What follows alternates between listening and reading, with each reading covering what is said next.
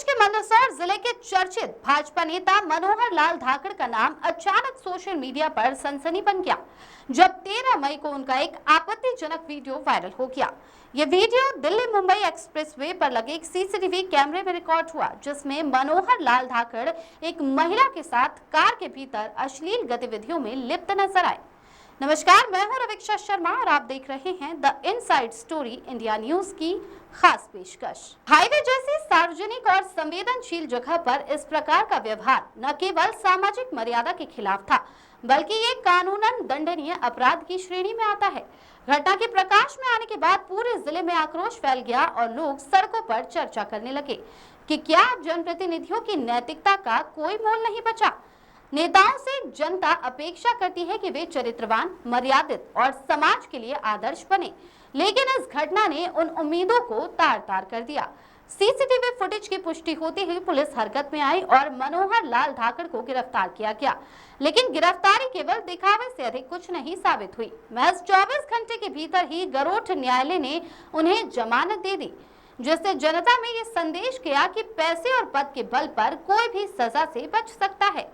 Police ने भारतीय न्याय संहिता की धाराओं में मामला दर्ज किया, जिसमें सार्वजनिक स्थान पर अश्लीलता, शांति भंग करना और जानमाल को खतरे में डालने जैसी गंभीर धाराएं शामिल थी।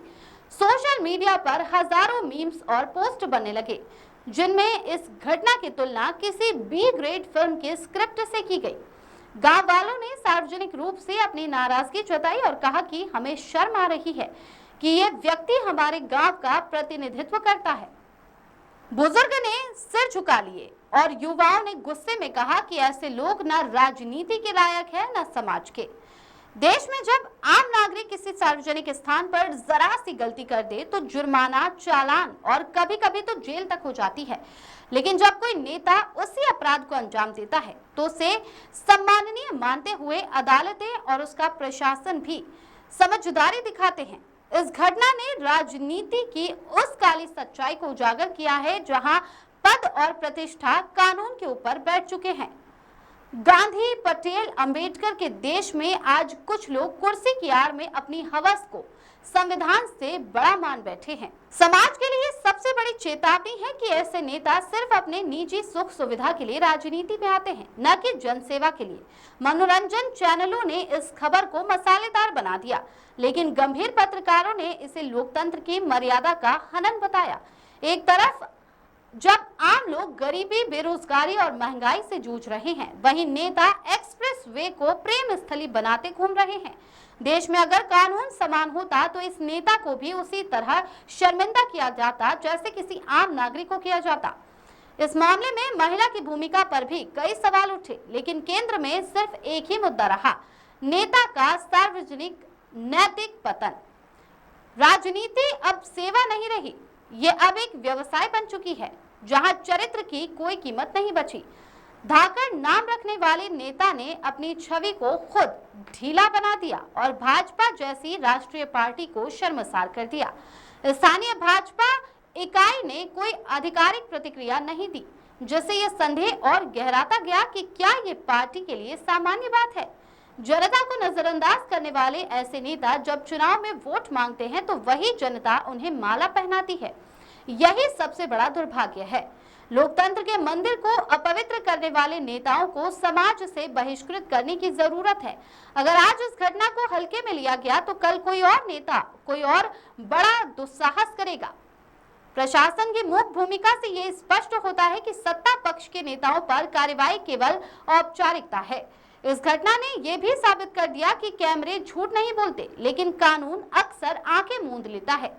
भ्रष्टाचार, अपराध और अब नैतिक पतन, तीनों मिलकर लोकतंत्र की जड़ों को खोखला कर रहे हैं। ये केवल एक नेता की गलती नहीं है, यह उस पूरे तंत्र का प्रतिबिंब है जो गलत को भी सही साबित करने की ताकत रखता है। हाईवे पर जिस कार में ये सब हुआ वो भी अब साक्ष्य बन चुकी है, लेकिन उसकी कीमत क्या किसी की इज्जत से ज्यादा है? सवाल ये नहीं है कि घटना हुई या नहीं, सवाल ये है कि अब समाज इसे सहन क्यों कर रहा है। आज के युग में सिर्फ पैसा और पद का ही जादू है। प्यार और नैतिकता जैसे शब्द अब किताबों में बंद हो गए हैं। इस घटना ने यह भी दिखा दिया कि जिन हाथों में संविधान की रक्षा होनी चाहिए वही हाथ अब नैतिकता को नोच रहे हैं। जनता को अब चेतना होगा। ये समय है विवेक से चुनाव करने का, न कि जाति और झूठे वादों पर। युवाओं को समझना होगा कि देश की दिशा और दशा तय करने वाले लोग अगर स्वयं दिशा विहीन है तो भविष्य कैसा होगा। नेता चाहे किसी भी पार्टी का हो, अगर उसकी करतूत राष्ट्र के चरित्र को गंदा करती है तो उसे बर्दाश्त नहीं किया जाना चाहिए। धाकड़ जैसे नेताओं की करतूतों पर सख्त कार्रवाई होनी चाहिए ताकि अगली बार कोई हाईवे को अपने रंगीन पल के लिए इस्तेमाल न करे। लोकायुक्त, मानवाधिकार आयोग और महिला आयोग जैसे संस्थानों को स्वतः संज्ञान लेकर कार्रवाई करनी चाहिए। देश के लिए यह घटना चेतावनी है कि अगर अब भी नहीं जागे तो आने वाला कल और अधिक शर्मनाक होगा।